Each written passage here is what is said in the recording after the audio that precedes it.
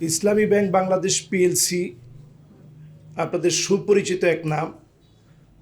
1983 সালে বাংলাদেশের কিছু নেক মানুষের স্বপ্নধারায় গঠিত এই ব্যাংক প্রতিষ্ঠা লগ্ন থেকেই ইন্না হাদাল ইনসান বুনিয়ান, এক একটা মানুষ এক একটা প্রতিষ্ঠানের মতো। অনেকগুলো প্রতিষ্ঠান মিলে যে মানুষগুলো আল্লাহর কাছে অত্যন্ত প্রিয় ছিল, এমন প্রিয় প্রিয় মানুষগুলোর স্বপ্নগুলো বাস্তবায়িত হয়েছে ইসলামী ব্যাংকের মধ্য দিয়ে। মানুষকে কি করে সুদমুক্ত একটা সমাজ উপহার দেওয়া যায়, এই রাষ্ট্র ব্যবস্থার কাঠামো থেকে সুদকে কিভাবে চিরতরে বিদায় জানানো যায়, এই লক্ষ্যকে সামনে নিয়ে ইসলামী ব্যাংক তার কার্যক্রম শুরু করে। এবং শুরু থেকেই যদি আমরা দেখি, শুধু বাংলাদেশ নয়, আমি যখন মিশর আল আজহার বিশ্ববিদ্যালয়ে পড়াশোনা করি, হাফেজ মুরসি রহিমাহুল্লাহ যখন প্রেসিডেন্ট ছিলেন, ইসলামী ব্যাংকের এমডি ছিলেন জনাব আব্দুল মান্নান স্যার। ওনাকে তখন স্বয়ং মুরসি ওনাকে দাওয়াত দিয়ে নিয়ে যায় বাংলাদেশের এই ব্যাংকের সফলতার কথা জানার জন্য। একটা ব্যাংক কি করে এত সফল হতে পারে, এই সফলতা জানার জন্যে ওনাকে দাওয়াত করে নিয়ে যাওয়া হয়। এবং লম্বা সময় তিনি শুধু আমাদের এই ব্যাংকিং ব্যবস্থার উপরে তিনি লেকচার দেন। তো এটা আমাদের জন্য অনেক বড় পাওয়া যে আমরা এই মধুবাগবাসী ইসলামী ব্যাংককে খুব সহজে এখানে পেয়েছি। পাশাপাশি একজন আলেম হিসেবে অন্তত আমার দায়িত্ববোধ থেকে আমি যে কথাগুলো আপনাদেরকে বলতে চাই সেটি হচ্ছে, একজন মানুষ যখন সুদ ভিত্তিক লেনদেন করে, আল্লাহর পক্ষ থেকে তার জন্য 10টি আযাব সাথে সাথে বরাদ্দ হয়। একটা দুইটা না, 10টা আযাব। 1 নম্বর, যখন কোনো ব্যক্তি সুদ খায়, এটা হারবুন দিদ্দিল্লাহি ওয়া রাসূলিহি। যে লোকটা সুদখোর, সেই সুদ খাওয়ার কারণে সরাসরি আল্লাহ এবং তার রসুলের বিরুদ্ধে সে সরাসরি লড়াই করে। এখন আপনাকে যদি বলা হয় আল্লাহর বিরুদ্ধে আপনি লড়াই করেন, এই লড়াই আপনি কতক্ষণ টিকবেন? এবং কিয়ামতের দিন আল্লাহ রাব্বুল আলামিন নিজে তাকে বলবেন, খুদ সিলাহাকা লিল হারব, তুমি তোমার অস্ত্রটা উঠায় নাও, আমার বিরুদ্ধে লড়াই করার জন্যে তুমি তোমার অস্ত্রটা তুলে নাও। আপনি চিন্তা করে দেখেন, আল্লাহ যেদিন আপনাকে বলবে খুদ সিলাহাকা লিল হারব, আল্লাহর বিরুদ্ধে লড়াই করার জন্য তুমি তোমার অস্ত্র উঠায় নাও, আপনি সেই সময় লড়াই করে কতক্ষণ টিকবেন? 2 নম্বরে নবী আলাইহিস সালাতু ওয়াস সালাম পরিষ্কার আমাদেরকে জানায় দিলেন, সুদ হচ্ছে মালউন। যারা সুদ খায়, 24টা ঘন্টার প্রত্যেকটা ঘন্টার, প্রত্যেকটা মিনিটের, প্রত্যেকটা সেকেন্ডের, প্রত্যেকটা ইকো সেকেন্ড, প্রত্যেকটা ন্যানো সেকেন্ড আল্লাহর তরফ থেকে আপনার উপরে লানত পড়তে থাকে। আপনি যদি চিন্তা করেন এই লানতের পরেও আপনি ভালো থাকবেন, আপনার সন্তান ভালো হবে, আপনার প্রজন্ম মানুষ হবে, এটা কেমন করে আমরা চিন্তা করতে পারি যে 24টা ঘন্টা আল্লাহ তাআলা আমাদের উপরে লানত দিতে থাকেন? যিনি রহমান, যিনি রহিম, প্রতিটা মুহূর্ত তিনি আমাদের উপরে লানত দিতে থাকেন যারা সুদ খায়। 3য় নম্বরে যারা সুদ খায় তাদের ভয়াবহতা হচ্ছে এই, নবী করিম সাল্লাল্লাহু আলাইহি সাল্লাম বলছেন, আন্না আকিলার রিবা মুতাশাব্বিহুন বিল ইয়াহুদ। যারা সুদখোর তারা সরাসরি ইহুদিদেরকে অনুকরণ করে। নবী সাল্লাল্লাহু আলাইহি সাল্লাম বলছেন, মান তাশাব্বাহা বিকাউমিন ফাহুয়া মিনহুম। যে জাতি যাদেরকে অনুসরণ করে সে তাদের মতো হয়। সুদের সর্বপ্রথম প্রবর্তক হচ্ছে ইহুদিরা। আজকেও নিশ্চয়ই আমাদের স্যার জানেন, মনিরুল মাওলা স্যার যেহেতু অর্থনীতি নিয়ে পড়াশোনা করেছেন, সারা পৃথিবীতে ব্যাংক অব দ্য ব্যাংকস, ইহুদি 30টা গোষ্ঠী আছে এমন। এদের মধ্যে একটা গোষ্ঠীর নাম রথ চাইল্ড ফ্যামিলি। তাদের কাজই হচ্ছে গোটা পৃথিবীর ব্যাংকিং ব্যবস্থাকে নিয়ন্ত্রণ করা। সেখানে ইসলামী ব্যাংকিং ব্যবস্থা যারাই যেখানে পরিচালিত করছে, নিজ দায়িত্বে তারা পরিচালিত করছে, শুধু মানুষের রেখে যাওয়া আমানতকে যেন সুদমুক্ত করা যায়, এই প্রচেষ্টায় তারা কাজ করে যাচ্ছে। 4 নম্বরে যারা সুদ খায়, আন্না আকিলার রিবা ইউসাব্বিহু ফি নাহরিন মিন দামিন। নবী সাল্লাল্লাহু আলাইহি সাল্লামের হাদিস থেকে পাওয়া যায়, আল্লাহ রাব্বুল আলামিন রক্তের সাগরের ভিতরে সুদখোরদেরকে সেদিন আল্লাহ তাআলা সাঁতার কাটতে বলবেন। শুধুমাত্র রক্তের সাগরের ভিতরে আখেরাতে আল্লাহ তাআলা সাঁতার কাটতে বলবেন, বিষয়টা এমন না। যারা সুদখোর তারা দুনিয়ার জীবনেও মানুষের অর্থ মেরে লুটতরাজ করে এই সমাজকে ধ্বংস করে রক্তের সাগরের মধ্যে তারা সাঁতার কাটছে। যারা স্বৈরাচারী শাসক ছিল, বিগত 16টা বছর ধরে মানুষকে অর্থনৈতিকভাবে পঙ্গু করে এই জাতিকে তারা রক্তের সাগরের মধ্যে ভাসিয়ে দিয়ে নিজেরা তারা রক্তের সাগরের মধ্যে এখন হাবুডুবু খাচ্ছে। তাদের পরিস্থিতি দেখলে এখন এটা আমাদের কাছে পরিষ্কার মনে হচ্ছে। নবী সাল্লাল্লাহু আলাইহি সাল্লাম পরিষ্কার হাদিসের মধ্যে আমাদেরকে বলে গেলেন। এরপরে পঞ্চম নাম্বারের পরে 6ষ্ঠ নম্বরে নবী সাল্লাল্লাহু আলাইহি সাল্লাম বলছেন, আন্না আকিলার রিবা, যে লোকটা সুদ খাবে, ইউবআসু ইয়াউমাল কিয়ামাতি মাজনুনান, সুদখুররা অধিকাংশ দেখা যাবে এরা যখন বয়স হয়ে যাবে এদেরকে আল্লাহ তাআলা পাগল বানায় দেন, মাথা ঠিক থাকে না। এই জন্য সুদ যারা সুদি কারবারি করে এরা বেশি দিন সুস্থ থাকে না। আমরা প্রত্যেকেই যদি চিন্তা করি দুনিয়ার জীবনটা একেবারে খুব স্বল্প সময়ের, এই সময়ে আপনি আপনার ইনকামটাকে হালাল করার চেষ্টা করেন যতটুকুন পারবেন। রাষ্ট্রীয় অনেক অবকাঠামোর কারণে আমরা শতভাগ নিশ্চয়তা দিতে পারি না যে 100 ভাগ আমরা একেবারে নিশ্চিত সুদি লেনদেনকে একেবারে পরিত্যাগ করেছি, এটা আমরা বলতে পারি না। তারপরেও এই চেষ্টা যারা করবে, এখন দেখবেন অনেকেই বিরুদ্ধে বলে যে ইসলামী ব্যাংকও 100% হালাল লেনদেন করতে পারে না।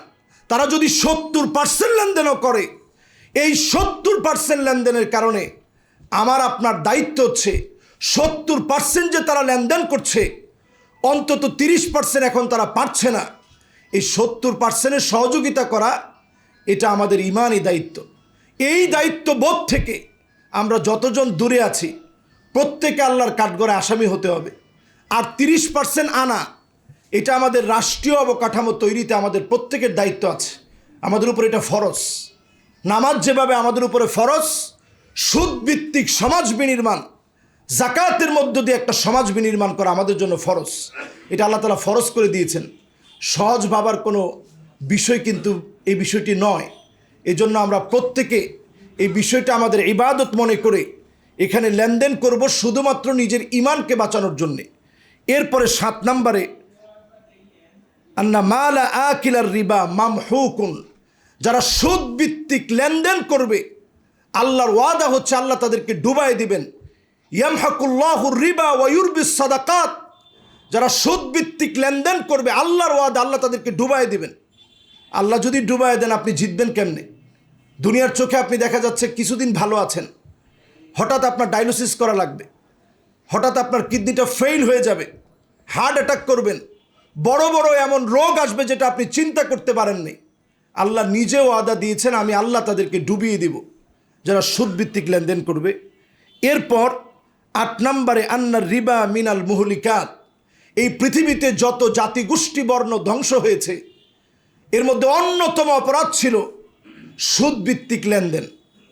যারা চক্রবৃদ্ধি হারে মানুষের কাছ থেকে টাকা খেত, এই টাকা খেকো জাতিগোষ্ঠীকে আল্লাহ রাব্বুল আলামিন ধ্বংস করে দিয়েছেন। এটা হচ্ছে 8 নম্বর শাস্তি। 9 নম্বর শাস্তি, আন্নার রিবা আযমু মিনাজ জিনা, রিবাটা জিনার চাইতে মারাত্মক। সাধারণ কোনো জিনার কথা বলা হয়নি। বিষয়টা বলতে গেলে মিডিয়ার সামনে এবং সচেতন মহলের সামনে সংযতভাবে বলা ছাড়া আমার কোনো ভাষা নেই। সরাসরি নিজের গর্ভধারিণী মায়ের সঙ্গে জেনা করাটা যেমন অপরাধ, সুদ খাওয়াটা সুদের 73টা গুনার ভিতরে সবচেয়ে ছোট গুনাহ হচ্ছে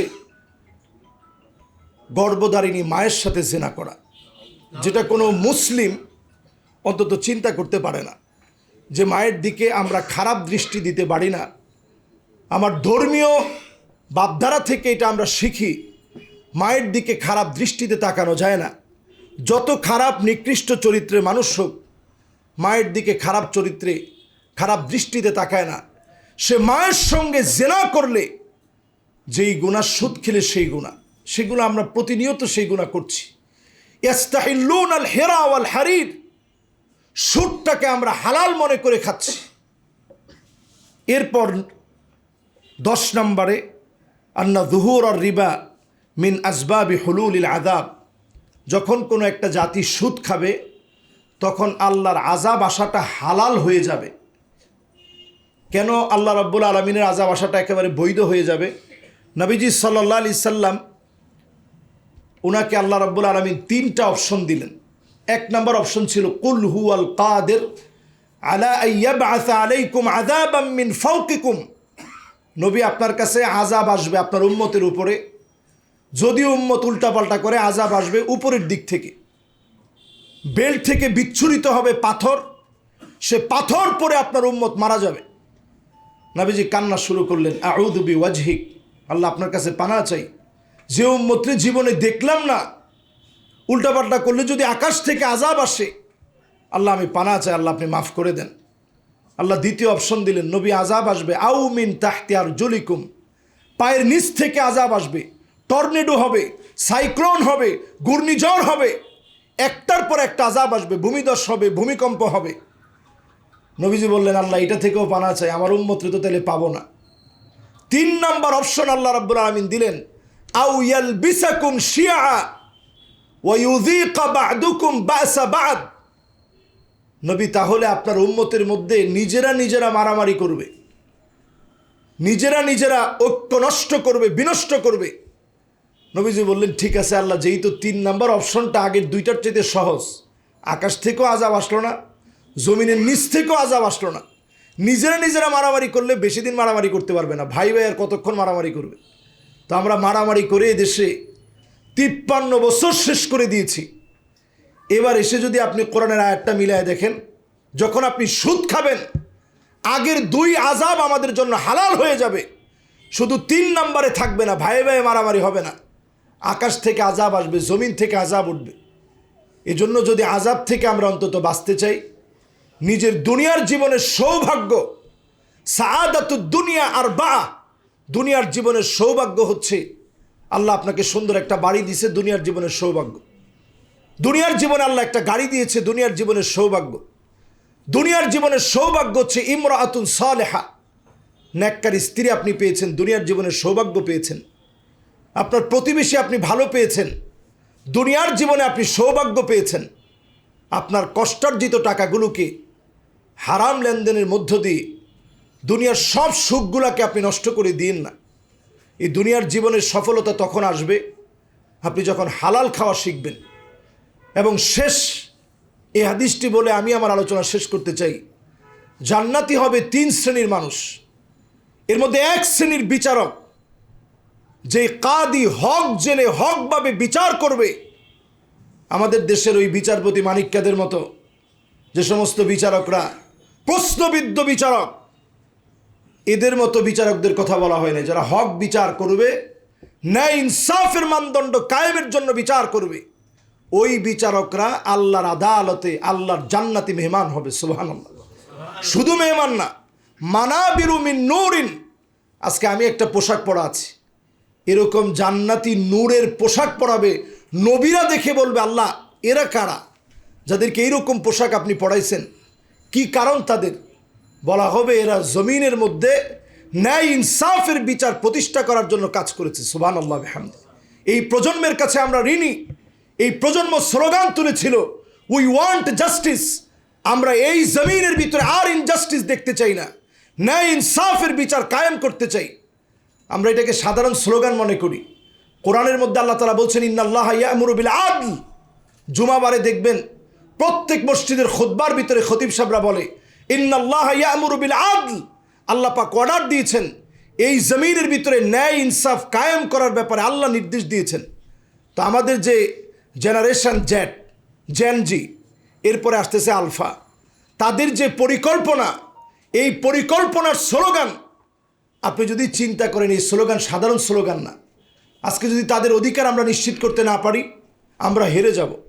এই জন্য আজকের এই মোবারক আয়োজন থেকে পরিষ্কারভাবে বলি, হালাল লেনদেনের প্রতি উদ্বুদ্ধ হন, হালাল লেনদেন করার চেষ্টা করেন, সন্তানদের জন্য হালাল যতটুকুন পারেন রেখে যান, এটাই থেকে যাবে। সন্তানরা মানুষের মতো মানুষ হবে। সেদিন অনেক বাপ আল্লাহর জান্নাতের সামনে দাঁড়ায় কাঁদবেন। আল্লাহ প্রশ্ন করবেন, মা ইউবকি, আজকে জান্নাতের সামনে দাঁড়ায় তোমার কাদার কারণ কি? সেদিন উত্তর দিবে আল হাকনা বিহিম যুররিয়াতাহুম, আল্লাহ আমার ছেলেটাকে একটু নিয়ে আসেন, মেয়েটাকে একটু নিয়ে আসেন। অসংখ্য বাপ মার সামনে ছেলে মেয়েদেরকে নিয়ে আসা হবে, যাদের পরনে পোশাক থাকবে, যেই পোশাকটা তাকায় দেখবে জাহান্নামের পোশাক। এজন্য আল্লাহর আদালতে জান্নাতি হবে ওই বিচারক যে ন্যায় বিচার করেছে, ওই শাসক যে ন্যায় ইনসাফের সাথে বিচার করেছে। সঙ্গে সঙ্গে ওই বাপ, যেই বাপ কষ্ট করেছে, রিক্সা চালিয়েছে, ঠেলা চালিয়েছে, ব্যানওয়ালা ছিল, কিন্তু সন্তানের মুখে হারাম লোকমা দেয় নাই, হালাল লোকমা দিয়েছে, ওই মানুষটা জান্নাতি হবে যে মানুষটা দুনিয়ার জীবনে আত্মীয় স্বজনের খবর নিয়েছে। আল্লাহ তাআলা আজকের এই ইসলামী ব্যাংক বাংলাদেশ পিএলসির মধুবাগ শাখার এই মোবারক উদ্বোধনে আমরা যারা এসেছি, প্রত্যেককে কথাগুলোর উপরে আমল করার, বিশেষ করে আমি সহ সবাই অত্যন্ত আনন্দিত যে আমাদের একেবারে ঘরের দুয়ারে, যেহেতু আমি এই এলাকায় বড় হয়েছি, একেবারে আমাদের ঘরের দুয়ারেই ব্যাংক ব্যবস্থা পাওয়ার কারণে আমি অত্যন্ত আনন্দিত এবং আবারও কৃতজ্ঞতা আমি পেশ করছি আমার পক্ষ থেকে, আমার এলাকার পক্ষ থেকে। আমাদের সম্মানিত এমডি মহোদয় সহ, আমাদের সম্মানিত ডিএমডি জনাব মাহমুদুর রহমান সাহেব সহ সবার কাছে আমি কৃতজ্ঞতা পেশ করছি। এবং এরা ইনশাআল্লাহ প্রতিশ্রুতিবদ্ধ যে আপনাদের সঙ্গে সুন্দর আচরণের মধ্য দিয়ে আপনাদের অধিকার আমানত যেভাবে বিগত দিনে রেখে আসছে ইসলামী ব্যাংক, আজকের দিনে আপনি গুগলে সার্চ করে দেখেন 27% আমানত হালাল আমানতের মধ্য দিয়ে নিশ্চিত করে তারা রেখে দিয়েছে। এই আমানতটা তারা রক্ষিত অবস্থায় রেখেছে।